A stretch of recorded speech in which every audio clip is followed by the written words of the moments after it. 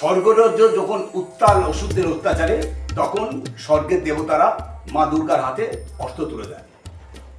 মা দুর্গা শিবের দেয়া ত্রিশূল দিয়ে অসুরকে বধ করেন।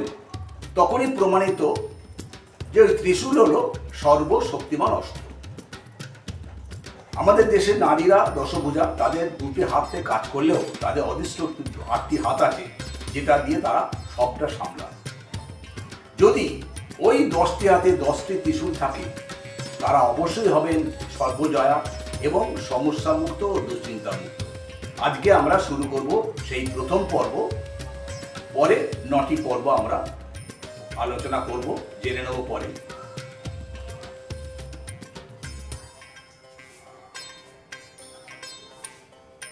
কেরিয়ারের জন্য বা পেশাগতকরণে আমরা নানা ধরনের ম্যানেজমেন্ট কোর্স করি, কিন্তু সেটা মুষ্টিমেয়।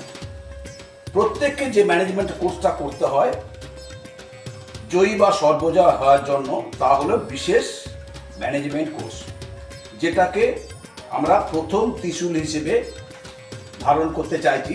ত্রিশূলটির নাম হলো ম্যানেজমেন্ট।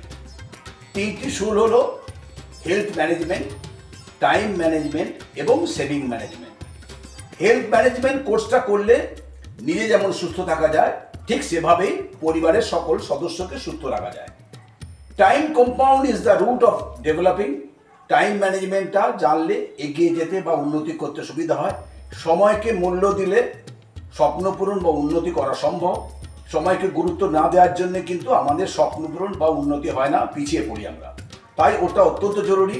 আর তৃতীয় হলো সেভিং ম্যানেজমেন্ট, যেটা সকলের জন্যই প্রযোজ্য। সেভিং ম্যানেজমেন্টটা জানলেই কিন্তু সংসারে আসবে সচ্ছলতা, সমৃদ্ধি। সেভিং ম্যানেজমেন্ট না জানলে সংসারকে সুখময় করা যাবে না।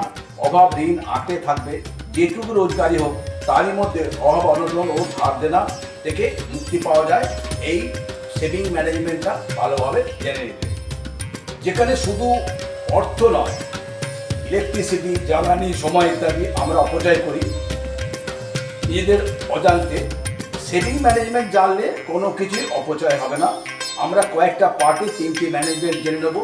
এই ত্রিশূলটাই হলো সর্বশক্তিমান, তাই প্রথমেই তুলে ধরলাম। আর এটুকুই, পূজার দিনগুলো ভালো কাটুক এই কামনা করে শেষ করলাম। সবাই ভালো থেকো।